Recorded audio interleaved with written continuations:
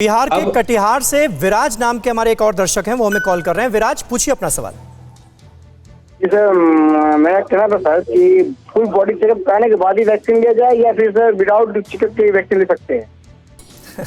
बताइए डॉक्टर आशीष, ये सवाल बहुत लोगों के जहन में है कि वैक्सीनेशन के लिए जा रहे हैं तो पहले क्या फुल बॉडी चेकअप करा लिया जाए कि हमें कहीं कोई दिक्कत नहीं है, उसके बाद ही जाएं क्या?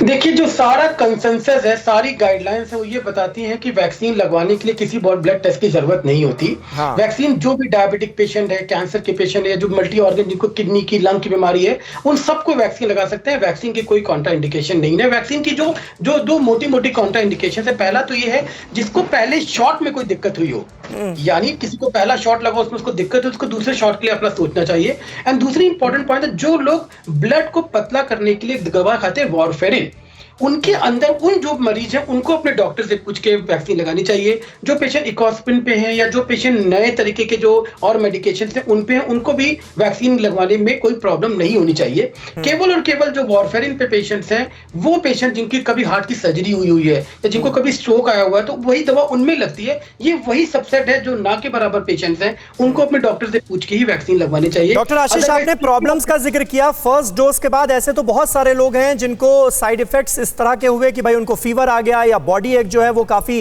ज्यादा बढ़ गया, तो उनको सेकंड डोज अगर वो लगवाने जा रहे हैं ऐसे लोग, तो क्या उनको भी कुछ खास सावधानियां बरतनी है? नहीं, देखिए, साइड इफेक्ट हम लोग तब बोलते हैं, देखिए 72 घंटे तक पेन होना, लोकल साइड पे फीवर आना, ये सब अच्छी बात है। इससे बॉडी में इन्फ्लेमेशन बढ़ रहा है, ये तो मैं इसको अच्छी बात बोलता हूँ। अगर कोई पहली डोज में कोई पेशेंट ऐसा हो जिसको शॉक आ गया हो, एनाफिलैक्टिक शॉक आ गया हो, पेशेंट का बीपी कम हो गया हो, पेशेंट को एक दिन एडमिट होने की जरूरत पड़ गई हो, या जो ये सबसेट ऑफ पेशेंट है, केवल उनको ही समझ की बात है, उनको ही दूसरी डोज लगाने से पहले पूछना चाहिए। जो नॉर्मल रिएक्शन है उनके लिए कोई जरूरत नहीं। जो सिवियर रिएक्शन जैसे बीपी का फॉल होना, सैचुरेशन कम होना, जिनको एडमिशन की जरूरत पड़ी हो, ऐसे पेशेंट्स हैं, उनको ही केवल अपने को ध्यान देना है। और जबकि हम देख भी रहे हैं कि जिनको पहली शॉट में दिक्कत हुई, दूसरी शॉट में उनको दिक्कत थोड़ी सी या तो कम भी हो सकती है तो बढ़ भी सकती है, तो वो घबराए मत, ये वैक्सीन का कोई साइड इफेक्ट नहीं है। ठीक है। विनोद, हमारे एक दर्शक बैंगलोर से हमें फोन कर रहे हैं। विनोद, पूछिए अपना सवाल। नमस्कार सर। जी नमस्कार डॉक्टर साहब। नमस्कार, पूछिए आप अपना सवाल पूछिए। सर मेरा क्वेश्चन ये है सर, मेरे को 2-2.5 महीने पहले कोविड हुआ था सर।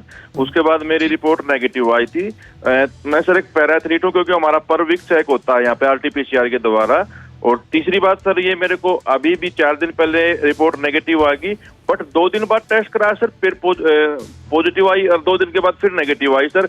वैक्सीन का डोज मुझे सर कोविशील्ड का लग चुका है सर मुझे क्या करना चाहिए? डॉक्टर आशीष, अगर आपका ऐसा एबरेंट रिजल्ट आ रहा है कि 4 दिन पहले नेगेटिव था, एक हफ्ते बाद फिर पॉजिटिव, फिर नेगेटिव आ गया, कभी कभी कुछ हम लोग जब सैंपल कलेक्शन में भी प्रॉब्लम हो जाती है, सैंपल डिस्ट्रीब्यूशन में भी प्रॉब्लम हो जाती है। क्योंकि जब भी हम कोई सैंपल लेते हैं तो एक बंदा सैंपल लेता है, वो सैंपल स्टोर करता है, सेंटर तक पहुंचता है, सेंटर के बाद रिपोर्ट होती है, तो बहुत सी फैलेसीज हो सकती है। अगर आपके 2 नेगेटिव है, बीच में एक पॉजिटिव आ गया है, तो आई थिंक आप घबराइए मत, ये नया कोविड नहीं है। दूसरी बात क्या है कि आपको पहले भी कोविड हो रखा है। अगर आपको पहले कोविड हो भी रखा है, तो अगर ये कोई कोविड का सैंपल आप कराने की जरूरत नहीं, पर आपके यहाँ होती है, तो उसको भी सिग्निफिकेंस नहीं मानते, क्योंकि एंटीबॉडी। ठीक है। परवाह देश की, सोमवार से शुक्रवार रात 10 बजे TV9 भारतवर्ष पर।